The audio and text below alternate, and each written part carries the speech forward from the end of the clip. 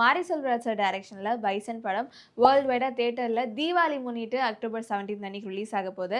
So இந்த படத்துல Dhruv Vikram sir நடிச்சிருக்காங்க. ஸோ த்ருவ் விக்ரம் ஆல்ரெடி சொல்லியிருந்தாரு இந்த படத்தோட ப்ரொமோஷன் அப்போ, நான் இதுக்கு முன்னாடி 2 படம் நடிச்சிருந்தாலுமே என்னோட கரியர்ல இதுதான் பெஸ்ட் படம் அண்ட் இந்த படத்துக்காக தான் நான் அவ்வளோ எஃபோர்ட் போட்டிருக்கேன்.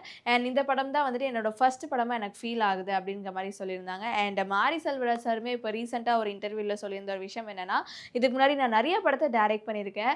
ஆனா இந்த படம் தான் என்னோட பெஸ்ட் ஒர்க்கா எனக்கு ஃபீல் ஆகுது அப்படிங்கிற மாதிரி சொல்லியிருந்தாரு. ஏன்னா இதுக்கு முன்னாடி நான் இவ்வளோ நீளமான டியூரேஷன்ல நான் ஒரு படம் எடுத்ததில்லை. ஸோ இந்த படம் 2 hours 48 minutes இருக்க போகுது. இந்த படம் வந்துட்டு வாழ்க்கை, இலக்கு, பயணம் இந்த மாதிரி எல்லா மிக்சிங்கான ஃபீலிங்கும் கொடுத்து உங்களை பரபரப்பா வச்சுக்கும்.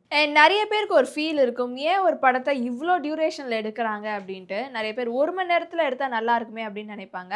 சம்டைம்ஸ் 1 மணி நேரத்தில் எடுத்தாலும் போர் அடிக்கும், 3 மணி நேரத்தில் எடுத்தால் அதில் மேஜிக்கும் இருக்கும். எல்லாமே வந்துட்டு ஸ்க்ரீன் பிளே பொறுத்து தான் இருக்குது அப்படிங்கிற மாதிரி மாரி செல்வராஜ் சார் சொல்லியிருக்காங்க.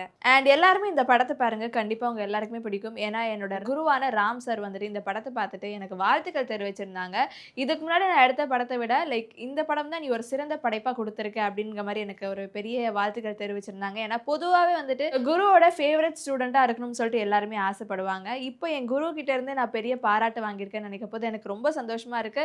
இதுதான் எனக்கு கிடைச்ச ஒரு பெரிய கிஃப்டாகவும் நான் நினைக்கிறேன் அப்படிங்கிற மாதிரி மாரி செல்வராஜ் சார் சொல்லியிருக்காங்க.